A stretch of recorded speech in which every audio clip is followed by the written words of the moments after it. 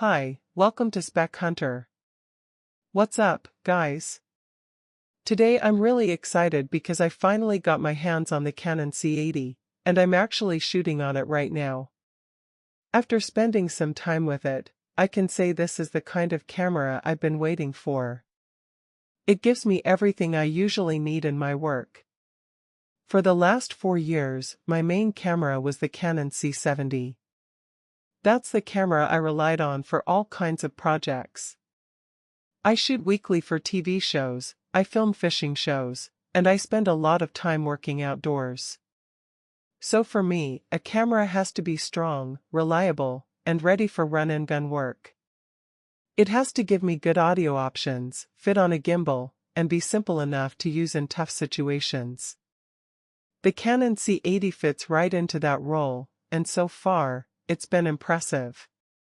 Before this, I tried using the Canon R5 Mark II. I thought it might be a good fit, but honestly, it didn't work out for me at all. The 4K 60 on that camera was very disappointing. The footage came out soft and muddy, and it just didn't have the sharp, clean look I wanted. If you're looking for a camera mainly for that kind of work, I don't recommend the R5 Mark II. That experience made me realize I needed something that could deliver better results, and that's how I ended up with the C80. The interesting part is that the Canon C80 feels like a souped-up version of the C70. I've always wanted a full-frame cinema camera from Canon that still had the practicality of the C70. I own a collection of full-frame lenses, but for years I could only use them in a limited way on the C70. Now with the C80, I can finally take full advantage of them, and it makes a huge difference. Having those lenses work to their full potential with oversampled 4K footage is exactly what I've been waiting for. As soon as I got the camera, I went out and shot test footage. One of the first things that stood out was the 4K 60 oversampled from 6K. At first, I thought this feature was limited to Super 35 mode. But I was wrong. The C80 does it in full frame as well, and the results are beautiful. The images are sharp, detailed, and clear. That's exactly what I wanted, especially when I edit shows where the quality of the image is critical. Comparing it to the R5 shows a huge difference. On the R5, the 4K 60 looked soft and washed out. It just wasn't good enough. The C80, on the other hand, gives me crisp footage with none of that softness. Even compared to my Canon R8, the difference is noticeable. The R8 also oversamples 4K 60 from 6K, but it overheats too quickly and becomes noisy in low light. That's a problem when you need a camera for long shoots. The C80 solves those issues. It runs clean, steady, and doesn't give me overheating worries. Now let me talk about why I chose the C80 over the Canon C400. At first, I was ready to buy the C400. I even placed an order, but it never shipped. That gave me more time to look at the specs and learn more about the C80. When it was first announced, I didn't think it could deliver what I needed. The early spec sheets made it look like a slightly improved C70. I thought it could only shoot 6K in full frame at 30 frames, and the rest of the settings were locked to Super 35. But as more reviews came out and Canon released more detailed information, I realized that wasn't the case. The C80 could actually shoot all formats in full frame, except for 6K 60 in RAW. That one limitation is only because of the SD card system, but if you really want 6K 60 RAW, you can do it externally. That was the turning point for me. The C400 is a great camera, but it's also more expensive and heavier. For the kind of work I do, the C80 makes more sense. I need something lighter and more flexible, not a huge setup that slows me down. By the time the C400 officially released, I already had the C80 for a few days, and I didn't regret my choice at all. For me, the C80 was exactly what I needed. Now let's talk about the specs and features that stand out.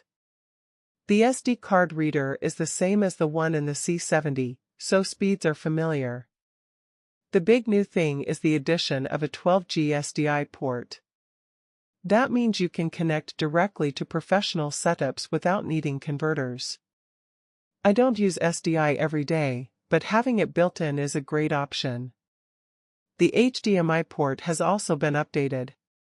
This time it allows external 6K 60 RAW recording, which is a powerful feature to have, even if you don't use it often. The screen feels sturdier compared to the C70. That might just be because it's new. But I noticed the difference right away. The camera also comes with a 21-pin accessory shoe. I don't use many accessories that take advantage of it, but it's good to know it's available.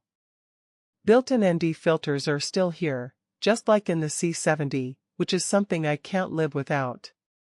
There's also a new Ethernet port for live streaming, and the joystick has been moved and redesigned. It's a small change, but it takes a little time to get used to.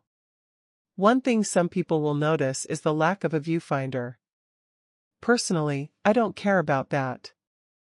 I've never needed one, but I know some shooters value it. For me, it's not a deal breaker. The recording formats are solid and flexible. You get Cinema Raw Lite, different XFAVC options, and even JPEG for stills if you ever needed it. The camera claims 16 stops of dynamic range. Whether or not that exact number is accurate, I can say the footage has a lot of flexibility in post. It's more than enough for my needs. One of the most impressive upgrades is the triple base ISO. This makes the camera really strong in low light conditions. I tested it at ISO 12,800, and while it wasn't perfectly clean, the footage was still very usable. At ISO 3200, it looked amazing, sharp and clear without noticeable noise. This gives me confidence to shoot in tougher lighting conditions without worrying about the results. It's a big step forward compared to older models, and it adds a lot of value to the C80. Overall, the Canon C80 feels like the perfect camera for me.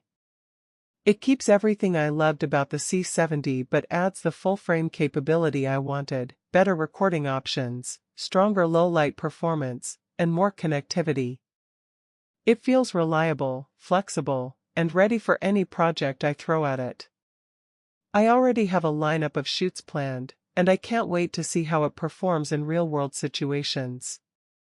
So that's my first experience with the Canon C80. If you're someone who works in similar fields, shooting TV shows, outdoor projects, or fast-paced events, I think this camera deserves your attention. It gives you professional-level results without being overly complicated or heavy. It's dependable, flexible, and built for real work. Thank you for watching this video. If you enjoyed it and found it helpful, please hit the like button, subscribe to the channel, and press the bell icon so you don't miss future updates. I'll be sharing more about how the Canon C80 performs over time, and I'm excited to show you what it can do in upcoming projects.